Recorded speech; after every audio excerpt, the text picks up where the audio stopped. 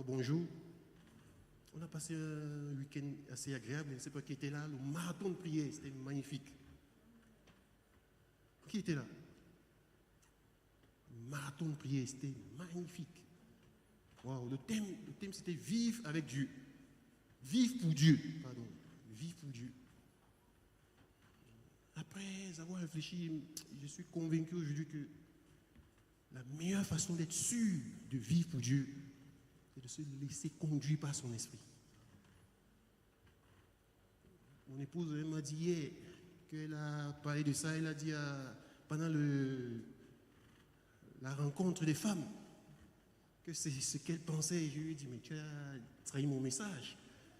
Tu as trahi mon message. Donc le thème que je vais aborder ce matin, que le Seigneur a mis dans mon cœur, pour quelqu'un ce matin, c'est laisse Dieu conduire ta vie. Laisse Dieu conduire ta vie par son esprit. Amen. Donc le texte qui m'a inspiré ce message, c'est dans Jean 1, verset 1, qui dit ceci. Au commencement, Dieu créa les cieux et la terre. Point. Au commencement, Dieu. Le pasteur en a parlé hier. Il a dit, waouh. Je ne sais pas, on lit souvent ça d'un trait, on passe. Ces trois premiers mots sont très importants. Remplis de beaucoup d'informations. Au commencement, virgule, Dieu. La suite créa tout ce qui existe sur la terre. Donc ça veut dire quoi? Ça veut dire qu'avant que Dieu ne crée quelque chose, il existait déjà. Ça veut dire qu'avant que le monde tel que tu le connais là existe, Dieu était déjà, il existait. Je ne sais pas si tu réalises ça. L'ancien de jour, comme on l'appelle, lui qui est le commencement de toutes choses. Il était avant même le commencement de toutes choses. Alpha et Oméga. L'éternel Dieu, bien-aimé. On connaît toutes ces dimensions. Les dimensions de comment il se manifeste, les différentes manifestations. On a Jéhovah, Jireh, qui pourvoit à nos besoins. Jéhovah Shammah, Rapha, Tikenu, ma justice. Mais ce matin, je vais aborder deux aspects de Dieu, de sa personnalité. Dieu créateur et Dieu pourvoyeur. Donc je te prie d'être attentif. Amen. Dieu créateur. Et quand je vais parler de Dieu créateur, je vais beaucoup insister sur la programmation. C'est-à-dire, qu'est-ce qui s'est passé avant même qu'il ne commence la création? Parce qu'on parle souvent de la création, mais avant la création, avant qu'il ne crée toute chose, il a planifié, parce que c'est un planificateur. Il a programmé toute chose avant son existence. Il a pensé, il a réalisé, il a réfléchi, il a anticipé. Toute chose dans ta vie, dans la vie de l'homme, comme on va le voir, comme je vais le démontrer sur la base de la parole. Ta vie n'est pas un hasard, mon frère et ma soeur. Tout a déjà été planifié sur la terre. Ton séjour sur la terre est écrit, inscrit dans un livre. Je vais le démontrer. Amen. Donc Dieu créateur et pourvoyeur. Donc pour nous aider vraiment à comprendre, j'ai pris un exemple de la conception d'une voiture. Parce qu'il me dit que le véhicule, la voiture, tout le monde en a déjà emprunté une. Enfin, je l'espère. Tout le monde ici a monté dans une voiture. J'aurais pu prendre un téléphone. Lorsqu'on voit, parce que j'ai eu la grâce de travailler à Mercedes-Benz, dans une ville en Allemagne qu'on appelle Bremen, quand tu vois comment l'homme conçoit, prépare, programme l'arrivée d'une voiture, c'est extraordinaire, ça m'a marqué. Tu dis non, Dieu a vraiment créé l'homme à son image. La Bible dit que c'est en observant le monde la nature qu'on prend conscience de l'existence de Dieu. L'homme a été créé à l'image de Dieu. Prenons l'exemple d'une voiture. Conception d'une voiture. Quelqu'un a rêvé d'une voiture. Il y a pensé, c'est venu dans ses pensées. Ensuite, vient la réalisation de la voiture. Le design. Ça, c'est même pas encore la construction du véhicule. Hein. Il réfléchit, il pense, il programme, il anticipe. Il planifie. Ils ont ce qu'ils appellent les cahiers de charges. Toutes les idées, comment tout va se passer, le processus de fabrication, de montage, l'habillage, le design, à quoi ça va ressembler. Tout cela est inscrit dans ce qu'ils appellent le cahier de charges, qui va être respecté scrupuleusement en entreprise. Ils ont même aujourd'hui des simulateurs qui permettent de simuler le fonctionnement de la voiture selon un environnement. Selon qu'il va faire chaud, selon qu'il va faire froid en hiver, ils simulent tout cela dans des ordinateurs. Par un procédé qu'ils appellent ICAO, c'est-à-dire ingénierie et conception assistée par ordinateur, ICAO. Tout est simulé dans l'ordinateur. Ce qui fait que lorsque la voiture, le design est complété, ils sont capables, j'ai dit l'homme, de définir le nombre de vies, la durée de vie du véhicule et de donner les conditions pour atteindre ce résultat. C'est-à-dire, si tu veux que ta voiture dure 5 ans à 10 ans, voilà comment tu dois faire, voilà. Et tout cela est inscrit dans ce qu'ils appellent la notice. Une notice ou un guide d'utilisation. Vous connaissez, pour ceux qui achètent, si tu as acheté une voiture ou n'importe quoi de neuf, ça vient toujours avec un livre qu'on appelle guide ou notice d'utilisation dans laquelle tout est inscrit.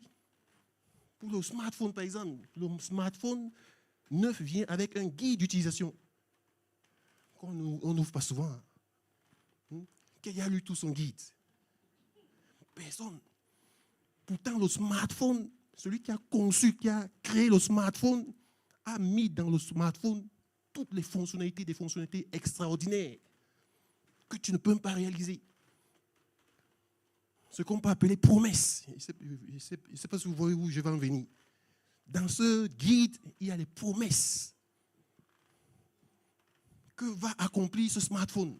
Donc ça veut dire que tu as le droit, si tu te rends compte que dans ce guide, il y a quelque chose qui n'est pas réalisé par le smartphone, tu as le droit de porter plainte, de venir auprès du constructeur ou du fabricant et te plaindre, dire non, voilà, vous avez écrit telle chose dans mon guide et je ne vois pas le smartphone réaliser cela.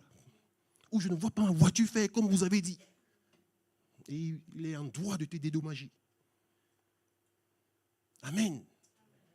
Ça, c'est pour ce qui est de la voiture. Et je vais te démontrer que c'est pareil. C'est ce que Dieu, le Créateur, a fait pour toi. Si l'homme parvient à le faire, tu crois que Dieu a fait les choses au hasard? Si l'homme planifie, tu crois que Dieu t'a envoyé au hasard sur terre? Dieu a inscrit dans un livre tous les jours de ta vie, mon frère, ma soeur. Tous les jours de ta vie. En réalité, qu'est-ce qui s'est passé? Il y a eu une réunion. Dieu s'est assis. Dieu le Père, Dieu le Fils, Dieu le Saint-Esprit. Ils se sont assis, ils ont réfléchi. Ils ont dit, nous allons créer l'homme. Nous allons faire la création.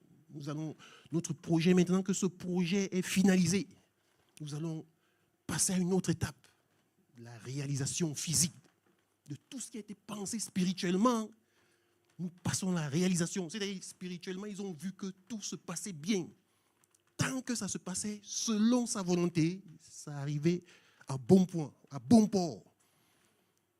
Mais quand ils vont réfléchir, ils vont dire, on va donner quelque chose à l'homme, ce qu'on appelle le libre arbitre. Le libre arbitre, c'est-à-dire Dieu, dans sa souveraineté, t'a donné ce qu'on appelle le libre arbitre. C'est-à-dire le libre choix de choisir d'aller à gauche ou à droite, le bien ou le mal. Il dit, la parole dit, je mets devant toi le bien et le mal, mais je te demande de choisir le bien. Parce que quelqu'un me disait, quand tu à cause avec un mondain ou quelqu'un qui ne croit pas en Dieu, il te dit, mais si Dieu existe, pourquoi il y a tant de mal? Mais c'est parce qu'il vous a donné le libre arbitre. C'est l'homme qui choisit de faire le mal. S'il y a le mal dans le monde, c'est à cause de l'homme. Ce n'est pas la faute de Dieu. Amen. Donc, ils vont se réunir, Dieu le Père, Dieu le Fils, Dieu le Saint-Esprit. Ils vont dire, ce projet magnifique, merveilleux, on va le mettre en place. Mais dans le cas où l'homme dévie, qu'est-ce qui va se passer? Si l'homme nous échappe, qu'est-ce qu'on va faire? Comment on va faire pour le remettre sur le droit chemin? Si l'homme change de vision, s'il est dévasté par, je ne sais pas, les forces de l'ennemi qui sont sur terre, comment fera-t-on pour le ramener sur le droit chemin? Jésus va lever la main, il va se porter candidat. Il va dire, Père, je vais aller. Je me porte garant. Tout ce que j'ai dit, je vais le démontrer par la parole. Père, je me porte garant. Je vais aller sauver l'homme. S'il s'égare du droit chemin, je me porte volontaire pour aller le racheter. Il dit, waouh, ok, le plan était ficelé. Dieu mit tout en place. Et on observe ce qu'on a aujourd'hui. La Bible dit, il fit le jour, la nuit, et il vit que tout cela était beau. Effectivement, parce que c'était déjà dans ses rêves magnifiques, comme il le voyait, et il pouvait l'apprécier. Amen. Donc, Dieu créateur, programmation de Jésus-Christ, avant la création du monde. Qu'est-ce que Pierre nous dit? Donc, je vous invite à ouvrir vos Bibles dans 1 Pierre 1, versets 18 à 21. 1 Pierre 1, on passe à la démonstration de ce que je viens de dire. 1 Pierre 1, versets 18 à 21. La Bible nous dit ceci. Sachant que ce n'est pas par des choses périssables, par de l'argent ou de l'or, que vous avez été rachetés de la vaine manière de vivre que vous aviez hérité de vos pères. Verset 19. Mais par le sang précieux de Christ, comme d'un agneau sans défaut et sans tache, prédestiné avant la fondation du monde, prédestiné avant la fondation du monde, et manifesté à la fin des temps à cause de vous, comme je vais le démontrer. Comment il va se manifester à la fin des temps? Tu n'auras plus peur d'Apocalypse. Verset 21, qui par lui croyait en Dieu, lequel l'a ressuscité des morts et lui a donné la gloire, en sorte que votre foi et votre espérance reposent sur Dieu. Amen. C'est-à-dire, la parole nous dit, c'est que Jésus-Christ, avant même la fondation du monde, il avait déjà été prédestiné à venir nous sauver. À venir te sauver, à venir me sauver. Au cas où je déraillais, au cas où je sortais de la voie de Dieu. Ésaïe 45, il disait au peuple de Dieu, mes voix ne sont pas vos voix ne sont pas les miennes. Amen. Avant même la création du monde, Jésus était après. Pour toi, pour moi. Je ne sais pas si tu réalises ça ce matin. On continue. Apocalypse 20, versets 11 à 15. Qu'est-ce que la parole de Dieu nous dit? C'est Jean qui parle, il dit, puis je vis un grand trône et celui qui était assis dessus. La terre et le ciel s'enfuient devant sa face et il ne fut plus trouvé de place pour eux. Verset 12.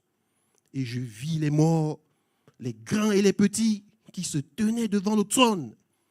Des livres furent ouverts. Écoutez attentivement. Des livres furent ouverts. Et un autre livre fut ouvert. Des livres furent ouverts. Qui va ouvrir ces livres? Qui les a ouverts? Tous ces livres. On va voir. Et un autre livre fut ouvert. Celui qui est le livre de la vie.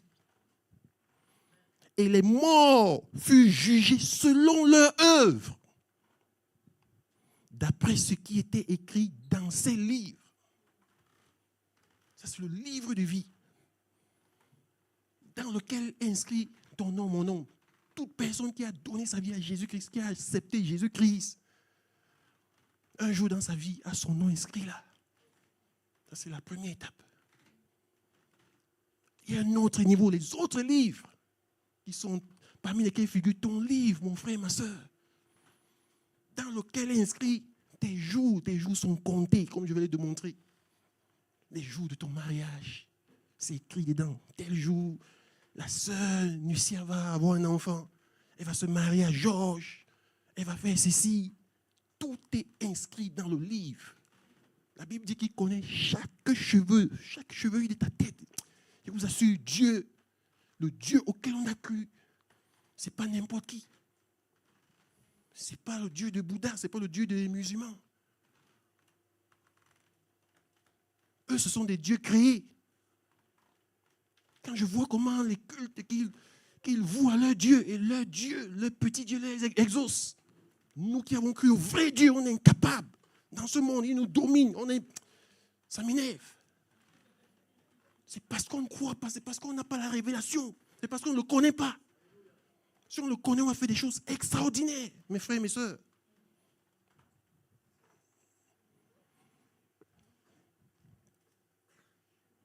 La mer, qu'est-ce que la Bible nous dit? Apocalypse 20, verset 13. La mer rendit. Bon, je vais relire 12. Et je vis les morts, les grands et les petits, qui se tenaient devant le trône. Des livres furent ouverts, et un autre livre fut ouvert, celui qui est le livre de vie. Et les morts furent jugés selon leurs œuvres, d'après ce qui était écrit dans ces livres. Écoutez bien, on n'a pas dit dans ce livre, dans ces livres. Je suis en train de démontrer ce que je dis sur la base de la parole. Verset 13. La mer rendit les morts qui étaient en elle. La mort et le séjour des morts rendit les morts qui étaient en eux. Et chacun fut jugé selon ses œuvres. Verset 14. Et la mort et le séjour des morts fut jeté dans l'étang de feu. C'est la seconde mort, l'étang de feu. 15. Quiconque ne fut pas trouvé écrit dans le livre de vie fut jeté dans l'étang de feu. Amen. C'est la parole de Dieu qui vit d'éternité en éternité. Toutes choses passeront, mais la parole de Dieu va demeurer éternellement. La programmation de ta vie, mon frère et ma soeur. Qu'est-ce que le psalmiste nous dit dans Psaume 139, verset 16? Il dit ceci. Quand je n'étais qu'une masse informe, tes yeux me voyaient. Et sur ton livre étaient inscrits, tous inscrits, les jours qui m'étaient destinés, avant qu'aucun d'eux n'existât. C'est le psalmiste qui le dit. Qu'est-ce qu'il va dire? Le Seigneur va dire à Jérémie, au prophète Jérémie.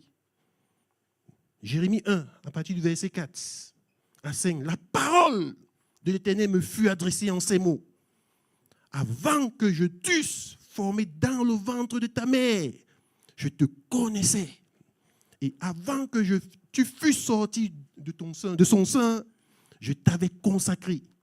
Je t'avais établi prophète des nations. Vous voyez, dans le livre, c'est pour dire que dans le livre que Dieu a écrit pour ta vie, tout est bien inscrit. Ce que tu dois faire, ce que tu dois accomplir, point par point, c'est écrit dans le livre. Le défi, c'est quoi alors? C'est à toi de découvrir qu'est-ce qui est écrit.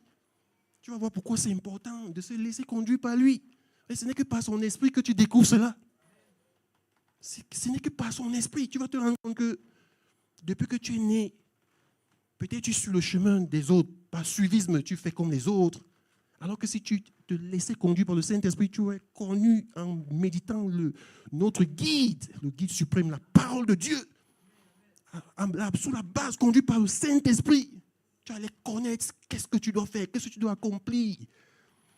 Tu rencontres des messieurs pour une femme, ou des hommes pour un homme. Tu ne sais pas qui te désire, qui veut te marier. Tu viens voir Dieu, comme on a vu hier. Papa, voilà, il y a des prétendants. Lequel est mon mari? Dieu va te répondre. Dieu va te répondre. Comme David l'a fait. Face à chaque situation, il venait d'abord consulter le Seigneur. Il consultait, c'est pour ça que Dieu va l'appeler l'homme selon mon cœur. Parce qu'il consultait d'abord le Seigneur avant toute chose, toute décision. C'est ça, se laisser conduire par Dieu, par l'Esprit de Dieu. Amen. Même si tu as fait des mauvais choix, c'est pas tard. On va voir comment le Seigneur peut résoudre ce problème. Si tu as fait un mauvais choix, que ce soit dans ton mariage, Dieu est merveilleux, peut transformer tout en bien, comme il a fait pour David. Amen. Le projet de Dieu pour toi, mon frère et ma soeur, ce sont les projets de paix et non de malheur. Le projet qu'il a mis dans son livre là, du début de ta vie, ta naissance, jusqu'à la fin, ton départ, qui est inscrit dans ce livre. Dieu sait le jour de ton départ. Tout ce qui est inscrit dedans, ce sont des projets de bonheur, de joie, de paix. N'en déplaise, ne crois pas à ce que tu vois ou ce qui se passe actuellement dans ta vie. Non. Je vais le démontrer. C'est soit le Seigneur te met à l'épreuve, soit on va entrer en détail. Amen. Qu'est-ce qu'il dit à Jérémie, dans Jérémie 29, verset 11? Car je connais les projets que j'ai formés sur vous, dit l'Éternel, projets de paix et non de malheur, afin de vous donner un avenir et de l'espérance. Amen. Est-ce que tu crois en ça? On va voir maintenant un deuxième attribut important du Seigneur de Dieu, l'Éternel Dieu, Dieu pourvoyeur. Tu vas voir un autre aspect de la provision de Dieu, pas tel qu'on le connaît d'habitude. C'est comme le constructeur qui construit une voiture. La voiture est vendue. En cas de pépin, en cas de souci, il peut venir à tout moment. Tu peux revenir à l'atelier, réviser, faire la révision, la mise à jour. J'ai appelé ça mise à jour. Pareil, le Seigneur, quand il t'a envoyé, quand tu es né, en cas de pépin, il peut venir pouvoir pour toi. Il n'est pas épuisé dans son processus de création. Il peut encore créer, comme je vais le démontrer par certains exemples. Il peut encore créer. Ce n'est pas parce qu'il a fini de te créer qu'il n'a plus moyen de te créer, de provisionner, de pouvoir pour toi. Dans ta marche avec lui. Amen. On va voir quelques exemples. On a l'exemple d'Abraham. Vous vous souvenez, Abraham, que le Seigneur mettait à l'épreuve. Il va lui dire, pour tester sa foi, il va lui dire, il va me sacrifier ton fils. Abraham, vaillant monsieur. Parfois, je me demande, je ne réalise pas que c'était des hommes comme toi et moi. On a l'impression qu'ils étaient plus spirituels. Non. Vous imaginez, le Saint-Esprit n'était même pas encore sur eux, en eux, n'habitait pas encore en eux. Je demande souvent au Seigneur, mais le Saint-Esprit habite en nous. Pourquoi on manque autant de foi? Abraham va aller, son fils unique. Je ne sais pas si vous réalisez, son fils unique, il voudra sacrifier son fils unique. Dieu va dire stop. Stop. Ne le fais pas. Parce que Dieu, je ne vais pas entrer dans les détails, Dieu aime faire avant que vous ne fassiez. Lui, c'est le serviteur. Il l'a montré en venant sur terre, par Jésus-Christ. Il est venu pour nous servir. Donc il te sert avant de te servir. Dieu lui-même n'avait pas encore sacrifié son fils unique. Il va dire à Abraham, non, je vais d'abord le faire avant que tu le fasses. Stop. Il va l'empêcher de sacrifier son fils. Et qu'est-ce qu'il va faire? Il va faire apparaître un agneau. Quand vous lisez bien la Bible, Abraham était passé par là, il n'y avait pas l'agneau. Donc l'agneau sort d'où? Cette brebis. Elle va apparaître comme ça. Bien-aimé. C'est pour te dire, c'est pour dire à quelqu'un, peu importe les épreuves par lesquelles tu passes, Dieu peut toujours pouvoir pour toi. Dans son processus de création, il peut créer ce qui te manque. Si tu es né avec des défauts, il peut créer ce qui te manque, ce qui t'empêche de réaliser les projets de paix qu'il a pour toi, qui sont déjà inscrits dans le livre. Amen. Deuxième exemple, l'aveugle. Vous vous souvenez, Jésus, en se promenant avec les disciples, il va croiser cet aveugle de naissance. Les disciples vont lui poser une question, qui de ses parents ou de lui a péché. Jésus va leur dire ni l'un ni l'autre. Ceci est arrivé afin que la gloire de Dieu soit manifestée.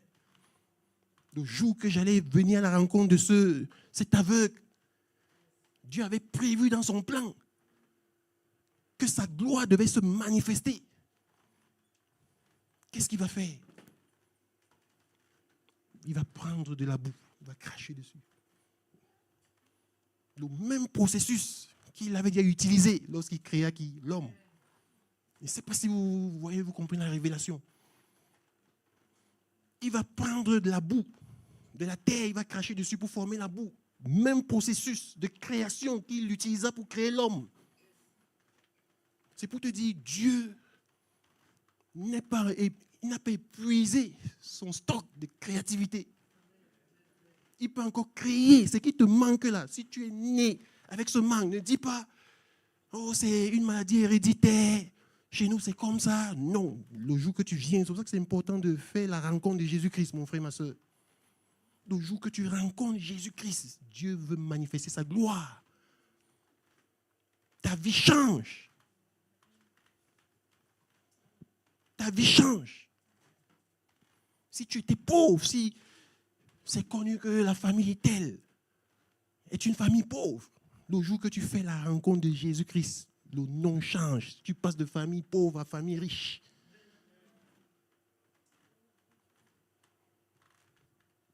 Si vous avez dans votre famille une maladie héréditaire, c'est parce que c'est le jour que tu fais la rencontre de Jésus-Christ, tu guéris. Quelqu'un va guérir aujourd'hui.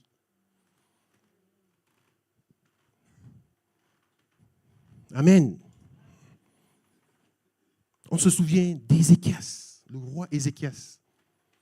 Vous vous souvenez de sa prière, la prière qu'il va faire au Seigneur lorsque le prophète Ésaïe va venir annoncer, lui dire, prépare-toi, tu vas bientôt passer l'âme. Dieu avait écrit dans son livre que ta mort arrive est pour bientôt. Il va supplier, prier, prier. Le Seigneur va changer. Il va lui ajouter une quinzaine d'années. Il va pourvoir encore pour lui. En lui ajoutant 15 années, tu veux réaliser des choses, tu n'as pas fini, ok, je t'ajoute 15 ans. Amen.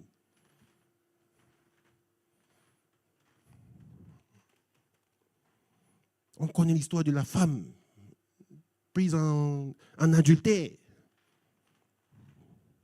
Ce n'était pas une prostituée, c'est plutôt un adultère. Vous vous souvenez de ce qui va se passer?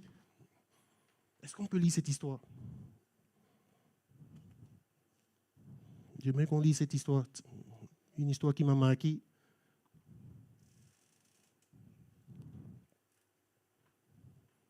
Cette femme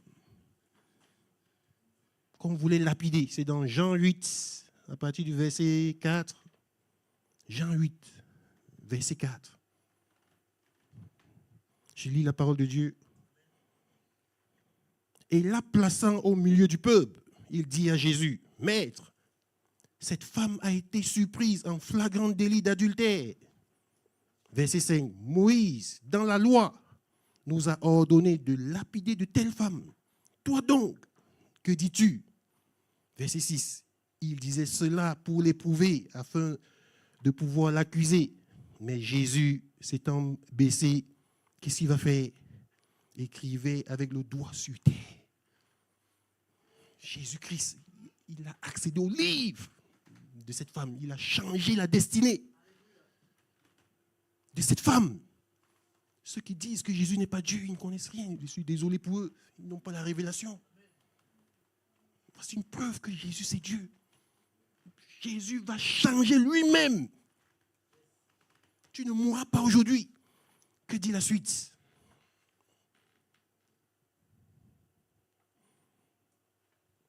Verset 7. Comme il continuait à l'interrompre, il se releva et leur dit, que celui de vous qui est sans péché jette le premier la pierre contre elle. Verset 8. Et s'étant de nouveau baissé, il écrivait sur la terre. Verset 9. Quand ils entendirent cela, accusés par leur conscience, ils se retirèrent, un à un, depuis le plus âgé jusqu'au dernier. Et Jésus resta seul avec la femme qui était là au milieu. Verset 10. Alors, s'étant relevé et ne voyant plus que la femme, Jésus lui dit, « Femme, où sont ceux qui t'accusaient? Personne ne t'a-t-il condamné ?» Verset 11. Elle répondit, « Non, Seigneur. » Et Jésus lui dit, « Je ne te condamne pas non plus. Va et ne pêche plus. » Peut-être tu as fait des erreurs dans ta vie, mon frère, ma soeur. Et le diable t'accapare, l'accusateur de frères, l'ennemi, le sorcier, comme j'aime l'appeler. Il s'appuie dessus pour te traîner, pour t'empêcher d'accomplir ce que Dieu a prévu pour toi à cause d'un péché. Le Seigneur te dit ce matin de confesser. Si tu confesses ton péché, il change aujourd'hui au nom de Jésus. Au nom de Jésus, il change ce qui était écrit de mal en ton bien.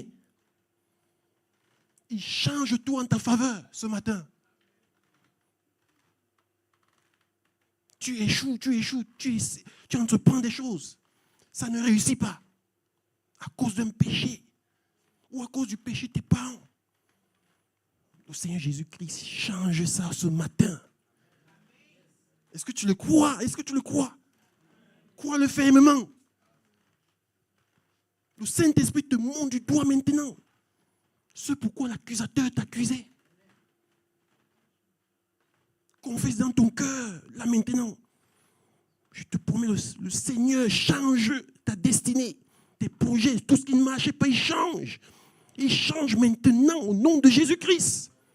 Il corrige. Si tu échouais, tu réussis maintenant au nom de Jésus-Christ. Si tu n'accouchais pas, tu accouches maintenant au nom de Jésus-Christ. Il modifie. Le pasteur parlait tout à l'heure par prophétie, c'est une prophétie. Ça change aujourd'hui au nom de Jésus-Christ.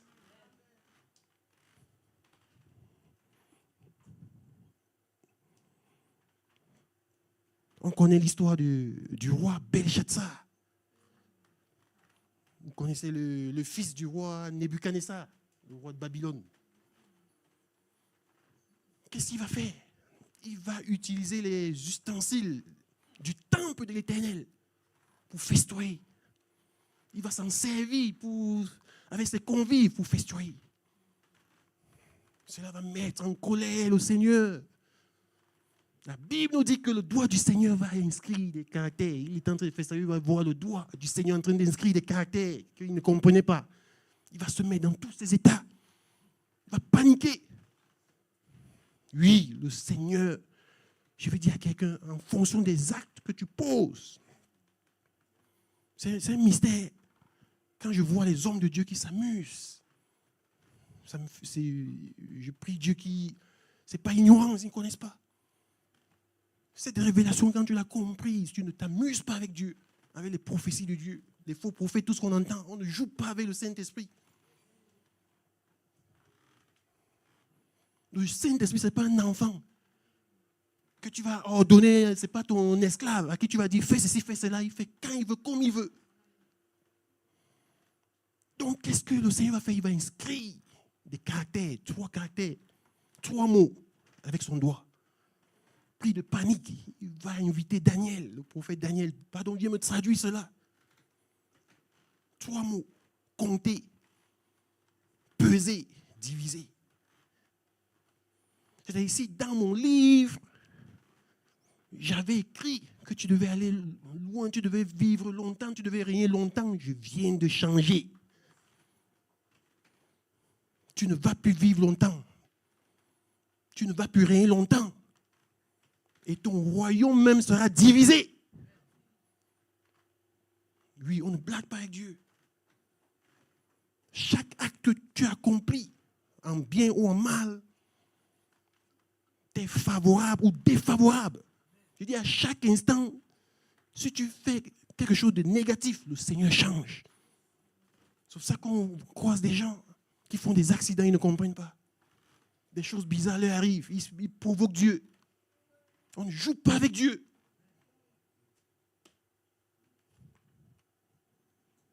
Amen.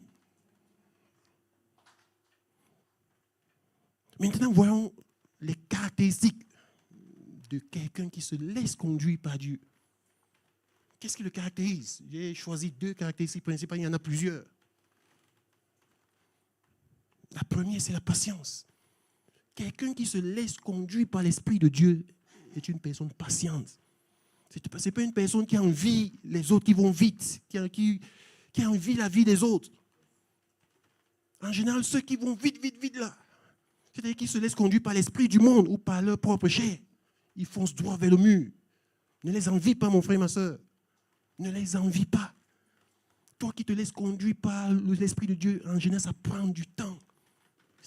Le processus est plus long parce que Dieu est en train de préparer quelque chose de meilleur, quelque chose qui va durer plus longtemps et qui va même se propager de génération en génération. C'est-à-dire que ça va te bénéficier, toi, non seulement à toi, à tes enfants, de génération en génération. Ne sois pas pressé. Ne sois pas pressé pour le mariage, ma soeur. Tant que le Seigneur ne t'a pas confirmé, c'est que tu ne prends pas de décision. Tu attends. Amen. On va prendre quelques exemples. Abraham, dont on parlait tout à l'heure. Il va attendre 25 ans jusqu'à l'accomplissement de la promesse. Il va patienter, je ne sais pas si vous réalisez, patienter 25 années. Malgré les tentations de son épouse Sarah. Il va patienter, il va garder la foi. On a Joseph qui va attendre 13 ans. Mes frères, 13 ans. Dieu lui avait donné des rêves, des visions, vous imaginez. Il va partager avec ses frères. À cause de ça, il va être puni. Jeté en prison. Malgré cela, il va garder patience. Il va garder la foi. Amen. On a l'exemple de David. David qui fut un roi au temps du roi Saül. C'est-à-dire, Saül régnait encore. David a été un roi. Mais malgré cela, il va continuer à obéir, à être servi de Saül. Il va patienter jusqu'à ce que son temps arrive. Le temps de Dieu, le temps que Dieu va décider est arrivé. C'est là qu'il a accédé à la promesse. Mon frère, tu dois patienter. Si rien ne se passe, attends. Ne te fie pas à l'apparence physique. Tu vieillis, les cheveux blancs apparaissent, ça ne veut rien dire. Ça ne veut rien dire. Je parle l'exemple de mon propre père. On a galéré dans notre vie. C'est vers l'âge de 45 ans, 47, qu'il va y avoir une promotion qui va changer notre vie à jamais.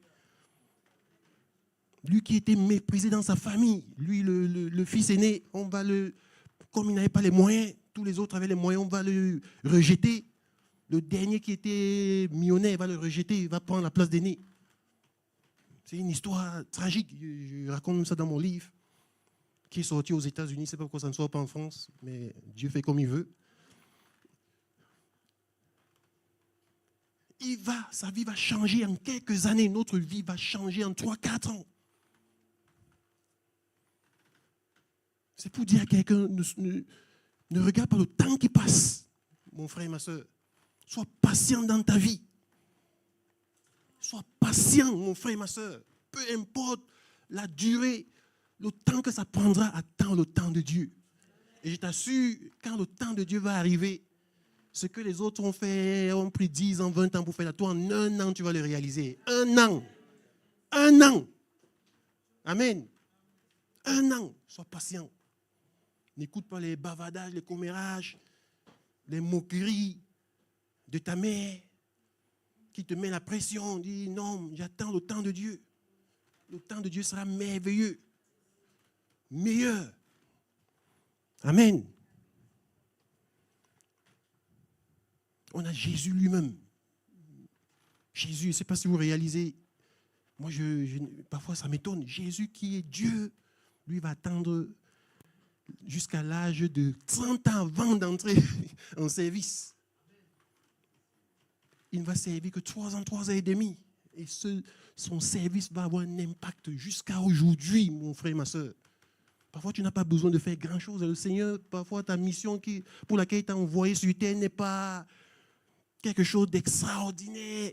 C'est peut-être un seul geste que tu vas accomplir et ça, tu entres dans l'histoire. Vous connaissez l'histoire de Marie. Qu'est-ce qu'elle a fait, Marie? Elle a juste été disposée pour recevoir Jésus-Christ, Emmanuel. Amen. Attends le temps de Dieu, mon frère et ma soeur. Patiente le temps de Dieu dans ta vie. Deuxième caractéristique de quelqu'un qui se laisse conduire par l'Esprit de Dieu, c'est la patience. Vous voyez, ça coïncide avec... c'est la fidélité, pardon. Ça coïncide avec la patience. C'est un rapport, il y a un rapport étroit avec la patience, la fidélité. On a encore l'exemple d'Abraham, qui va rester fidèle à la promesse, malgré les années d'attente. Joseph, qui va rester également fidèle malgré la prison. On a Daniel, qui va rester fidèle à sa prière à Babylone. Malgré tout ce qu'on va imposer là-bas comme loi, il va rester fidèle à sa prière. Paul, vous connaissez l'histoire de Paul. Malgré les persécutions, mon frère, ma soeur, qui va subir, il va rester fidèle au Seigneur Jésus-Christ. Le Seigneur veut que quelqu'un soit fidèle ce matin. Ne change pas, tu doutes, tu hésites. Reste fidèle à la parole de Dieu, comme le frère le disait. Amen. Jésus-Christ lui-même va rester fidèle jusqu'à la croix. Qu'est-ce que Timothée nous dit? Paul dit dans 2 Timothée 2, verset 13. Si nous sommes infidèles, lui demeure fidèle. Car il ne peut se renier lui-même. Oui, c'est vrai. Lui va demeurer fidèle à ce qui est inscrit dans son livre. Tout ce que toi tu as fait, c'est d'accepter de te laisser conduire par lui, par son esprit. C'est tout ce qu'il te demande ce matin. D'accepter de te laisser conduire par son esprit afin d'agir selon ce qui est prescrit dans son livre. La parole. Arrête d'écouter les commentaires des autres. Chacun a sa révélation en lisant la parole. C'est ce qui m'attriste aujourd'hui dans le monde. On prend plaisir à écouter les révélations des autres. Au lieu de venir chercher nous-mêmes notre révélation directement dans la parole. Le Seigneur a quelque chose pour toi. Ce livre, pour découvrir ce qui est écrit dans le livre de vie, c'est la parole, le livre des livres. Quand tu vas la méditer avec l'esprit, la façon dont l'autre la médite avec l'esprit, ce n'est pas de la même manière dont toi tu la médites. La façon dont il lit tel verset, ce n'est pas la même manière que dont toi tu vas lire le même verset. Tu vas recevoir la révélation sur ta vie. Tu sauras exactement qu'est-ce que le Seigneur attend de moi. Et tu vas marcher selon sa volonté, guidé par son esprit. Arrêtons d'écouter, de regarder les vidéos sur YouTube. C'est vrai, elles sont inspirantes, ça nous inspire, c'est bien. Mais l'objectif de nous, et moi je dis ça quand je parle à un pasteur, quand j'ai la grâce de causer un pasteur, je lui dis notre objectif en tant qu'enseignant prédicateur, ce n'est pas d'amener les gens vers nous, mais c'est d'amener les gens vers Christ. Vers Jésus-Christ, ce n'est pas vers nous. Oui, j'ai fait mon expérience, je vous la partage. Mais ça doit vous motiver à aller chercher aussi la vôtre. Ça doit vous motiver à aller chercher la face de Dieu, à chercher Christ, à chercher Christ dans la parole. Il dit qu'il demeure, si vous demeurez en moi, je demeure en vous. Et vous réussirez tout ce que vous ferez. Demandez ce que vous voudrez, vous l'aurez. Ce qui est inscrit dans le livre, comment cela se manifeste? Par les désirs que tu as. Tes désirs. La Bible dit que c'est lui qui crée en nous le vouloir le faire selon son bon plaisir. Donc si tu as ce désir de vouloir cet enfant, si tu as ce désir de vouloir atteindre cet objectif, c'est que quelque part c'est la volonté de Dieu. Il n'a pas inscrit cela en toi par hasard. Et il va le faire. Sois tout simplement patient, patiente. Attends son temps. Amen. Je vais terminer par les avantages. Il y a beaucoup d'avantages à se laisser conduire par l'Esprit de Dieu. Il y a énormément d'avantages. Je vais en citer quelques-uns. Le premier, c'est dans Matthieu 7, versets 21 à 23. Quand tu te laisses conduire par l'Esprit de Jésus-Christ, par l'Esprit de Dieu, l'avantage que tu as, c'est qu'il te connaît. Puisque c'est lui qui te conduit. Qui de mieux que le constructeur d'une voiture pour conduire une voiture? Tu donnes ta voiture au pilote de Formule 1, comme j'ai vu une fois, tu seras surpris. Il va mieux la conduire que toi. Parce que c'est lui qui l'a créée. Donc laisse Dieu conduire ta vie. L'avantage, c'est qu'il te connaît. Qu'est-ce que Jésus nous dit? Matthieu 7, verset 21. Ceux qui me disent, Seigneur, Seigneur, n'entreront pas tous dans le royaume des cieux, mais celui-là seul qui fait la volonté de mon Père qui est dans les cieux. Verset 22. Plusieurs me diront en ce jour-là, Seigneur, Seigneur, n'avons-nous pas prophétisé par ton nom? N'avons-nous pas chassé les démons par ton nom? Et n'avons-nous pas fait beaucoup de miracles par ton nom? Verset 23. Alors je leur dirai ouvertement, je ne vous ai jamais connu. Retirez-vous de moi, vous qui commettez l'iniquité. Vous imaginez? Après avoir fait toutes ces choses, le Seigneur vient te dire cela. Mais comme c'est lui qui te conduit, ça ne peut pas arriver. Surtout en ces temps de la fin, avec tout ce qu'on voit, mon frère et ma soeur. Il est plus que nécessaire, urgent même, de se laisser conduire par l'Esprit de Dieu. Face à toutes les circonstances de la vie, les difficultés, dis Seigneur, prends, fais comme tu veux. Mais toi, reste connecté, focus sur le royaume des cieux, sur la vie éternelle, sur Christ. Laisse Dieu régler tes affaires. Deuxième avantage, à se laisser conduire par l'Esprit de Dieu.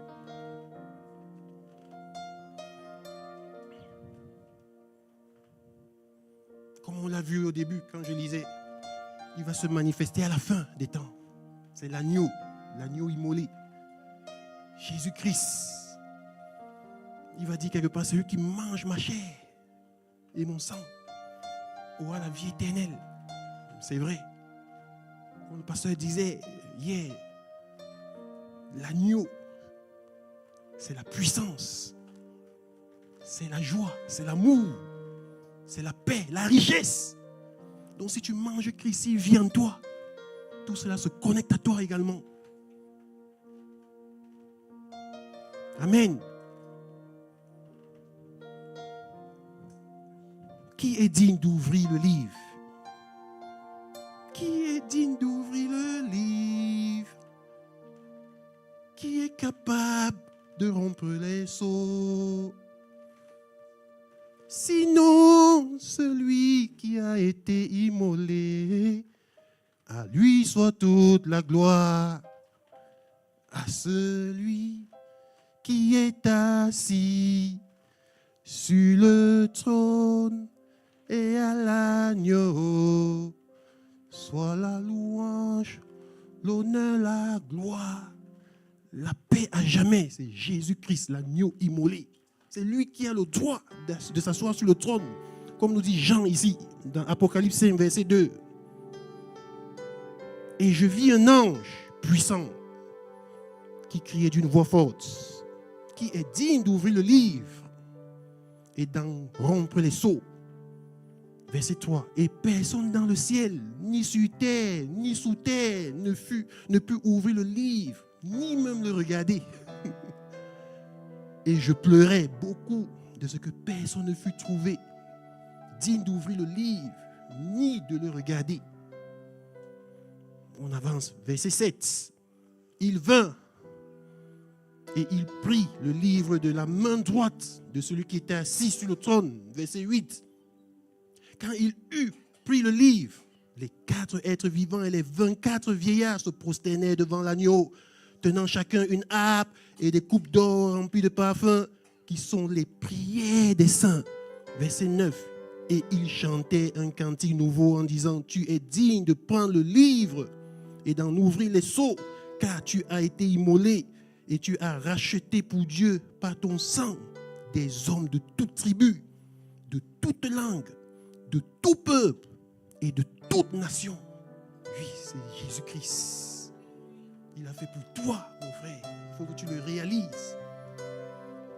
Il a fait pour moi. Si tu te laisses conduire par lui, étant donné que c'est lui qui va ouvrir le livre, toi, tu n'auras pas de problème. Puisqu'il va consulter, contrôler. Est-ce qu'il a fait comme c'était inscrit dans le livre avant la fondation du monde? Oui. Elle a réussi, elle a marché selon la volonté de Dieu. Récompense. Meilleure note. Laisse-toi conduire par l'Esprit de Dieu ce matin, mon frère, ma soeur. L'avantage que tu as encore, si je peux le dire, c'est que tu es en paix. 1000 tombent à gauche, 10 000 à droite, tu es en paix. Tu ne stresses pas. Peu importe les épreuves, tu restes calme, tu gardes ton calme, tu es en paix. Parce que tu sais qu'il sait. Ceux qui comprennent, comprennent. Il sait ce qui est inscrit dans le livre. Amen. Tu dois demander l'assistance du Saint-Esprit. Tu dois demander d'être rempli du Saint-Esprit. Si tu vis aujourd'hui, tu n'as pas cette assurance d'être conduit par le Saint-Esprit. Tu dois le demander, le réclamer avec vigueur, avec force ce matin. Et apprendre à discerner sa voix. Un petit témoignage, c'est la chose, le plus grand défi, surtout en cette fin de temps. Pouvoir discerner la voix de Dieu. Ce n'est pas parfois évident. Un petit témoignage, s'il y a encore le temps, très rapide, 5 minutes. Il y a, je crois, 3 samedis maintenant. Donc j'étais chez moi, dans mon bureau, en train de travailler. J'étais dans une réunion importante avec quelqu'un sur Internet. Donc ma fille, Grâce, elle m'appelle, papa, est-ce que tu peux me déposer chez ma copine? Je dis non, je n'ai pas le temps, je vais avec David. Je continue à causer. Celui que j'avais en ligne me dit, j'ai un empêchement, il doit aller. Je dis, ok, on a raccroché. Après, je demande, Grâce, tu es encore là? Elle dit, oui, ok, allons, je dépose. J'arrive, je la dépose chez Elisa, bon, c'est pas important le nom. Quand elle m'a dit, sa copine, le père, j'avais eu à causer avec lui il y a plusieurs mois. Il me parlait de réincarnation, de bouddhisme, la théorie du bimba, ça m'avait cassé la tête. Ça m'a découragé. Quand il m'a dit c'est chez lui qu'on parle, il dit non. Il dit non, moi je suis en train de travailler, laisse-moi, ça va avec David.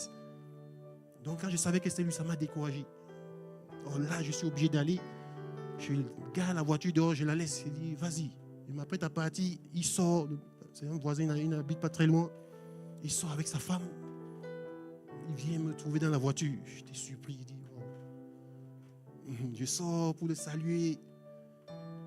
C'est enchaîné encore les discussions. Je lui parle de Jésus. Il dit vos affaires de Jésus. Il me parle encore de la théorie de Big Bang. Mais cette fois-là, je vous assure,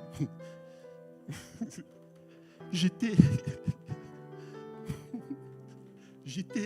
inspiré. Il dit, quand j'y pense, je suis vraiment touché parce que le Saint-Esprit m'a révélé tous leurs problèmes.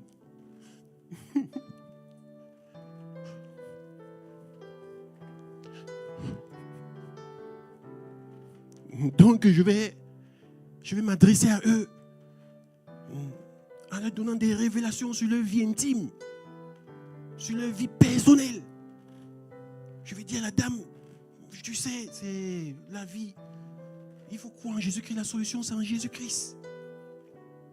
Si aujourd'hui tu as des difficultés, c'est peut-être parce que tu as été violé à ton enfance. Si entre vous, ça ne va pas. Et faut qu'on prie pour que le Seigneur Jésus peut te délivrer de cela. Mon mari me dit, il a arrêté le boulot, il ne travaille plus parce qu'il a eu des problèmes, un accident, mal au dos, il ne peut plus travailler. Ce qui me choque, c'est que les gens se disent païens, ils fuient Christ, pourtant ils ont besoin de Christ. Et Christ est la solution, pourtant ils souffrent. Et le diable s'appuie sur eux, sur leur souffrance, en leur faisant fuir la solution, alors que la solution est en Jésus-Christ. La plupart du temps, ceux qui se disent païens, qui ne veulent pas entendre l'évangile, ils en ont besoin. Ils sont dans le besoin. Ils souffrent. Malgré les apparences, ne voyez pas les apparences, ils souffrent. Du divorce, combien de familles sont séparées aujourd'hui? On a causé. Le monsieur parlait de bing bang. Sa femme lui dit, tais-toi, écoute ce qu'il dit. Donc elle le calmait, je parlais. 2 heures on a causé. Après on est entré chez eux. Je me trouve en train de prier sur lui. Il a accepté que je prie. Au nom de Jésus-Christ, je prie. Il a été libéré, il va donner sa vie à Jésus-Christ. Moi, c'était le plan de Dieu, moi je ne savais pas. Je ne savais pas.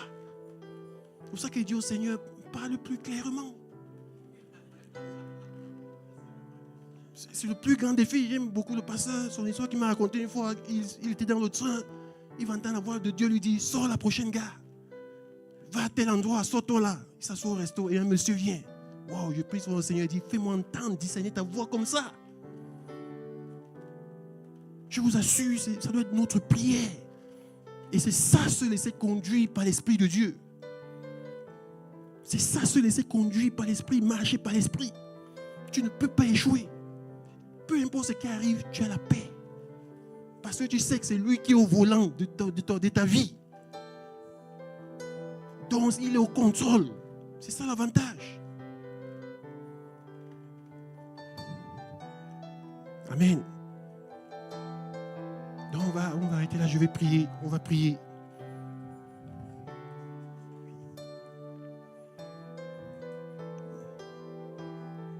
Dans Matthieu 7, verset 9, la Bible dit, lequel de vous donnera une pierre à son fils s'il lui demande du pain?